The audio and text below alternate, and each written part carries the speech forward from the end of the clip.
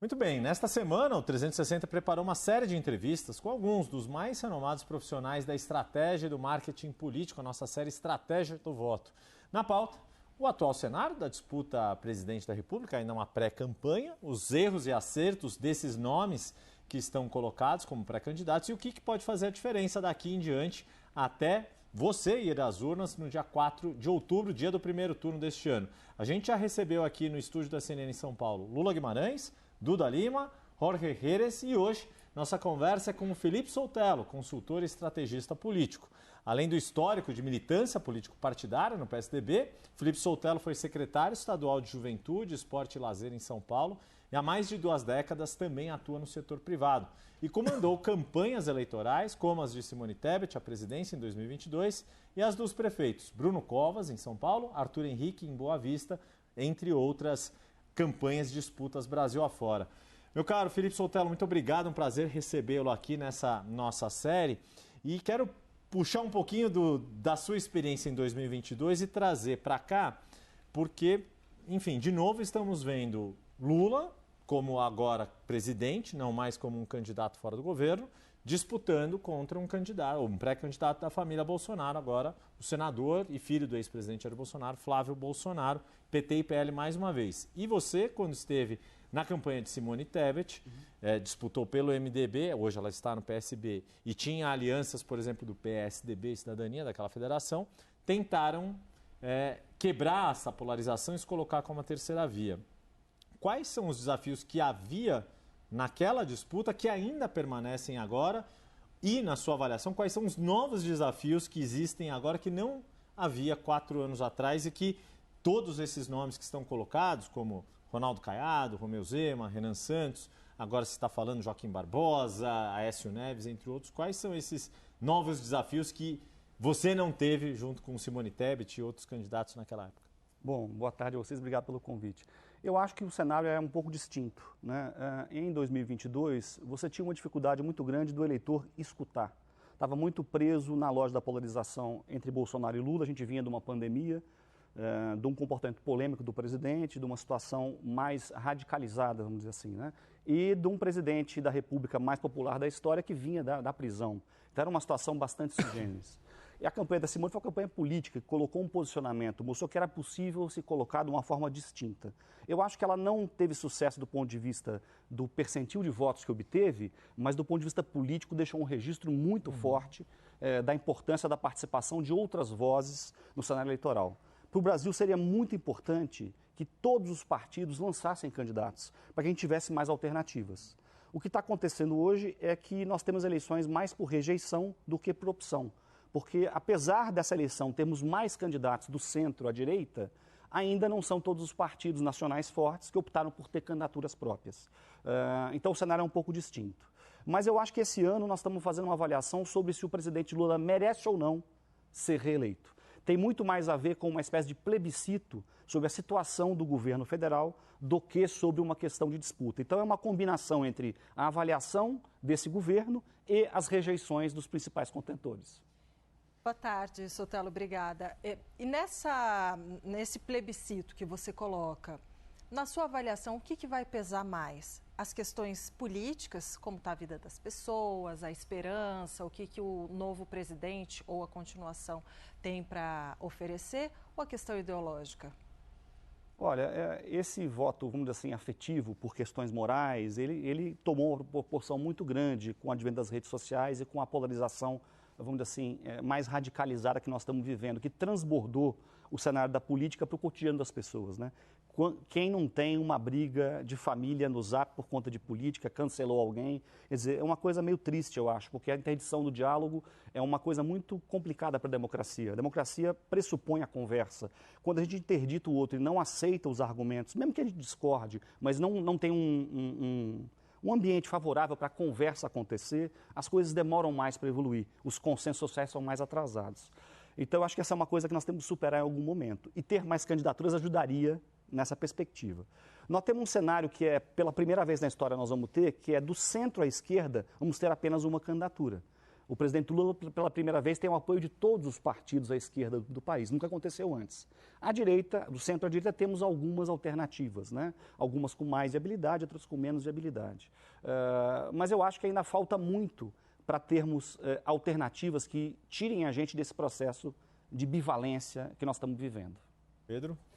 Bibi, você teve uma trajetória muito ligada ao PSDB, que hegemonizou o antipetismo até 2018, quando o Geraldo Alckmin teve em torno de 4% dos votos. Em que momento que o PSDB perdeu a hegemonia desse campo político para o bolsonarismo? E por quê?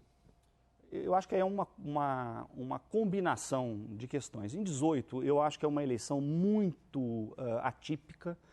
O advento do atentado ao presidente da República, Bolsonaro, é uma coisa lamentável que aconteceu, é preciso registrar, e ela modificou as regras do jogo. Ele, que não tinha tempo de televisão, por exemplo, passou a ter uma cobertura nos veículos de imprensa, nos jornais televisivos, muito extensa. Então, ele passou a ser o rei da televisão, vamos dizer assim, apesar de não ter na hora eleitoral um tempo significativo. Isso mudou a dinâmica, tinha uma força, e como tem ainda no mundo digital, isso desequilibrou. O Geraldo, que era, vamos dizer assim, o líder do horário eleitoral, não conseguiu transformar isso nessa dinâmica. Então, é uma eleição difícil de estabelecer. Eu acho que o PSDB, pela sua luta fratricida, pela disputa das lideranças, pela fragilidade de conseguir construir a renovação dos seus quadros internos, acabou atrapalhando muito o processo, né? O governador Dória, ele entrou em 2016 na prefeitura numa eleição avassaladora, ganhando no primeiro turno, mas mudou um pouco a correlação de forças. E o apetite muito grande pelo exercício do poder, pela oportunidade daquele momento, atrapalhou um assentamento das lideranças internas e levou a esse esgarçamento em que o PSDB está. Em que pese é bom dizer, o presidente Aécio Neves tem conseguido recuperar um pouco da força do partido, quer dizer, saiu do rebolão, quer dizer, da mudança de partido da janela do primeiro trimestre, maior do que entrou, é o partido que mais cresceu proporcionalmente. O que vai sair da urna é um outro problema. Mas eu acho que a candidatura dele a presidente seria muito interessante e contribuiria para a discussão nacional. Pô, isso é interessante que eu já ia te perguntar isso. O que você acha da colocação do nome de Aécio mais uma vez? Né? Ele que até a disputa de 2022 tinha sido protagonista da disputa mais acirrada de 2014, em que Dilma Rousseff foi reeleita por uma distância, a menor distância até então, num segundo turno. Mas aí não só da perspectiva política, mas dessa perspectiva do cálculo eleitoral em relação a voto, em relação a um partido que precisa crescer, que é o caso do PSDB, o quanto ter um candidato a presidente faz a diferença para, por exemplo, aumentar, ampliar as bancadas, o quanto que da sua experiência, da sua vivência, tanto dentro de partido quanto no comando de campanhas, ter um candidato majoritário de fato impulsiona a eleição legislativa, que é o que vai dar o tamanho do poder de fogo de um partido para os 4 anos seguintes. Eu acho que ter um candidato a presidente é muito importante para um partido para eleger deputados federais. Não há dúvida disso. Você vê 2022, a Simone puxou o 15 para cima, o MDB teve um resultado interessante em termos de deputados federais eleitos. O PSDB, que compôs conosco, foi importante para o Centro Democrático se organizar e oferecer uma alternativa. Para a Simone foi muito importante, colheu um saldo mais difícil. Mas também teve derrotas estaduais simultâneas, quer dizer, é um desarranjo um pouco maior. Mas eu acho que para um partido se afirmar nacionalmente, é importante ele se apresentar.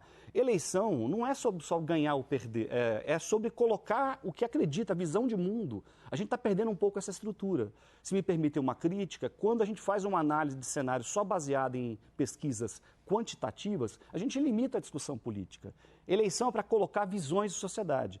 Então, os partidos deveriam fazer isso, né? O PSD, depois de um tempo, de 14 anos de existência, está colocando uma candidatura, isso é muito importante. Seria bom que o MDB colocasse um partido nacional tão importante, tão decisivo para o Brasil, 60 anos de história, né? Mas optou de novo por não ter uma candidatura. Então, era melhor que o Brasil tivesse mais alternativas. Acho que o eleitor gostaria disso. Me parece que o eleitor queria ter alternativas a essa polarização, mas não está enxergando ainda uma candidatura que pudesse mudar o processo. Você comentou, né, sobre haver nesse ano apenas uma candidatura à esquerda, centro para a esquerda, que é a do presidente Lula. Minha pergunta para você é a seguinte: se o presidente Lula não vencer a eleição, como você vê o futuro da esquerda no Brasil? E também num outro cenário, se ele vencer a reeleição, continua o mesmo problema, porque será a última. Veja, o presidente Lula é um personagem da história republicana nacional muito interessante, é a liderança democrática mais forte que o país construiu ao longo do tempo, a gente tem que reconhecer essa virtude. Mas o PT tem um problema de construção da sucessão do presidente Lula, é uma questão que vai se colocar. Eu acho que ele é o favorito das eleições, eu acho que o cenário recente tem apontado na direção de uma certa vantagem para ele, né?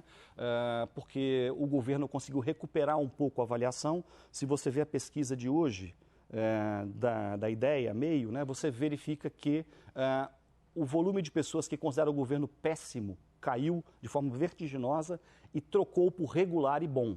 Isso é um sinal, não teve uma alteração significativa na aprovação e desaprovação, mas na composição da aprovação, o péssimo caiu muito, o bom e o regular cresceram. Isso é uma excelente notícia para o governo. Como eu falei, é um plebiscito sobre se ele faz um bom ou ruim governo. Então, as condições, nesse momento, estão empurrando numa direção muito favorável a ele, né? O futuro, eu acho que é uma previsão complexa, né? Ele é um homem de 80 anos, muito experiente, acho que vai saber conduzir um pouco esse processo. Me parece que o PSB imagina ser um pouco o sucessor desse movimento de centro à esquerda no Brasil.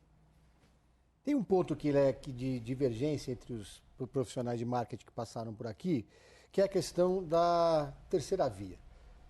Tem um fenômeno histórico nas eleições, nas semanas finais, que é o antipetismo de chegada, que levou o João Dória a ganhar no primeiro turno, inclusive em 2016.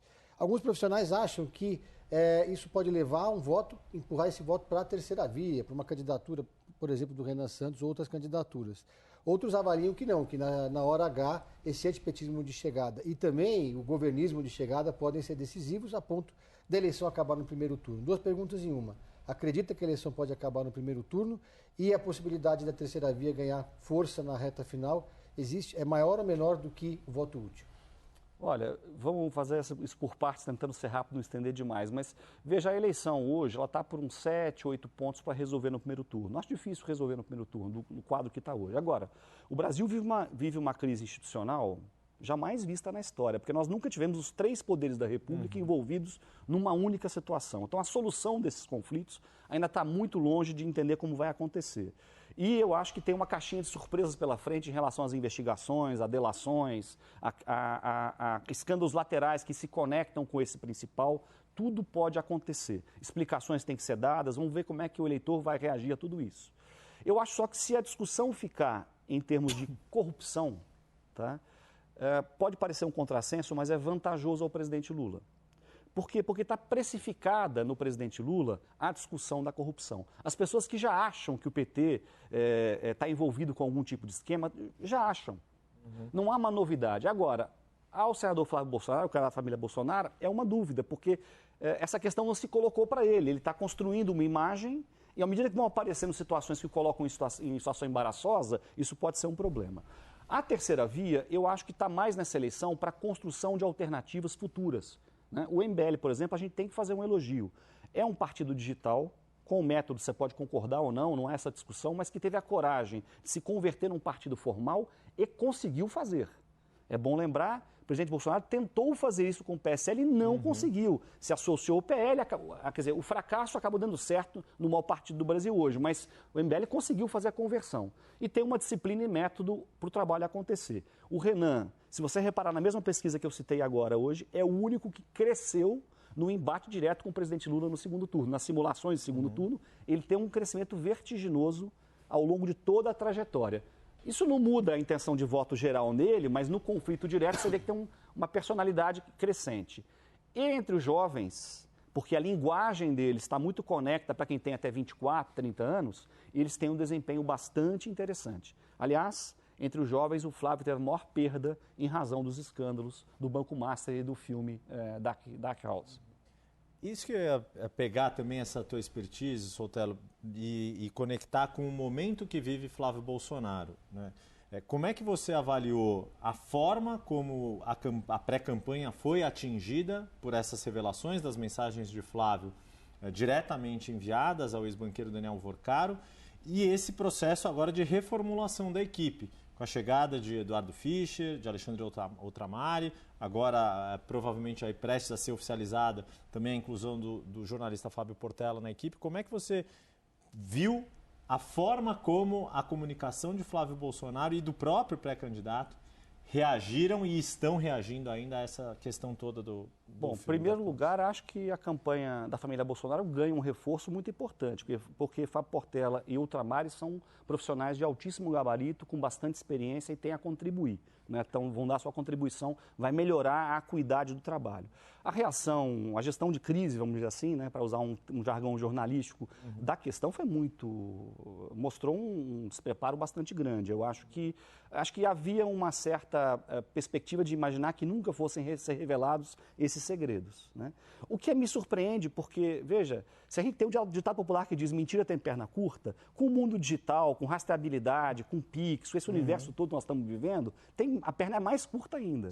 Né? Então, eu acho que me pareceu um pouco despreparado para poder enfrentar essas situações. Mas agora, essa mudança na equipe dele, ele vai ganhar pontos porque é gente tarimbada e com capacidade de trabalhar.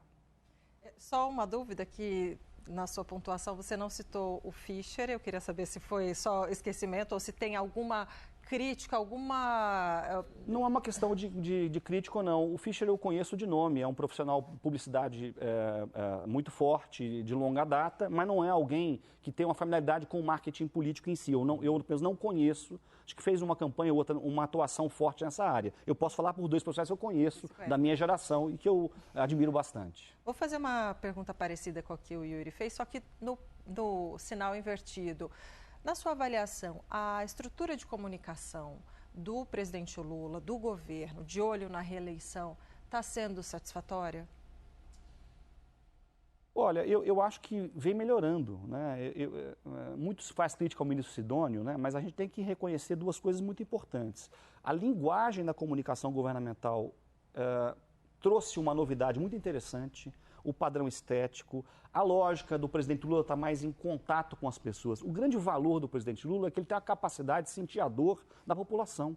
E quando a gente vê isso na rede social dele, acho que as pessoas que acompanham estão percebendo isso, isso é tocante, né? Isso é interessante. Então eu acho que há uma humanização da comunicação do governo federal que vai numa direção bastante interessante.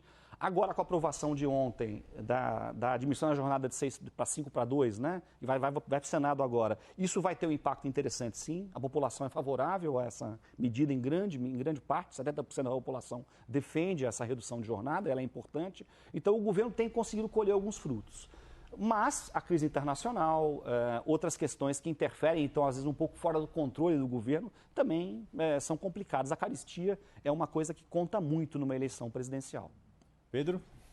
Na sua avaliação, para o bem e para o mal, como que a inteligência artificial vai impactar nas campanhas? Eu já ouvi muito que ela vai baratear o custo da produção em geral, mas também ela cria problemas que podem ser graves numa campanha presidencial. Olha, eu acho que o Tribunal Superior Eleitoral está tentando e fez um esforço de uma regulamentação mais inteligente em relação a isso. Eu acho insuficiente. Eu acho que a gente deveria punir de forma mais efetiva os candidatos que usarem de forma indevida os mecanismos. Ainda é muito multa, não tem uma coisa de cassação de registro, uma coisa mais pesada para inibir esse processo. Existe a lógica de identificação e tudo isso. Veja, eu acho que as pessoas também têm que se comportar como cidadão eleitor de um jeito diferente. Não dá para tratar o eleitor de forma tão passiva como a gente vem trabalhando nos últimos tempos. Tem que responsabilizar. Se eu quero saber se alguma coisa é verdade ou não, procure os perfis oficiais dos candidatos. Né? Você tem instrumentos de ir atrás e checar esse processo. Então, quem quer usar para o mal, vai usar, Pedro. Né? Há legislação para combater essa estrutura e tal, mas eu confio na capacidade do brasileiro de discernir as coisas e saber separar o bem do mal, vamos chamar assim. É uma dicotomia meio infantil, mas separar o que é verdade do que é mentira. Felipe, dá tempo de mais uma última pergunta aqui antes da gente encerrar. E que, muito rápido isso aqui. A conversa aqui é boa, a prosa vai indo e a gente vai chegando na reta final. O tempo é inexorável, como diriam. Bem rapidamente, ainda nessa questão tecnológica, você falou dessa ingerência ou de como há uma certa tutela no eleitor. Existe muita ingerência e o quanto que isso, dentro de uma campanha, é percebido? Como evitar que a ingerência ou que o excesso de regras do nosso processo eleitoral, que por muitas vezes é o garantidor da igualdade, né, da disputa de paridade de armas, digamos assim, mas para trabalhar uma campanha, quanto que pesa isso? Olha, eu acho que, sobretudo, o judiciário, com todos os esforços que vem tentando fazer para poder acompanhar o ritmo da evolução das coisas, tem ficado um pouco para trás nesse processo e regulado por demais certas situações. Eu acho que a gente precisa acreditar que a população vem amadurecendo no fato de ir à urna há quase 40 anos já, vem conseguindo discernir melhor esses processos. Então, acho que tem uma interferência, às vezes, indevida ou exagerada. Por outro lado, nós temos uma legislação muito interessante em relação à comparação mundial, que, por exemplo, protege o sigilo do nosso eleitor. Nós não podemos comprar listas de eleitor, a gente não sabe quem vota em cada urna.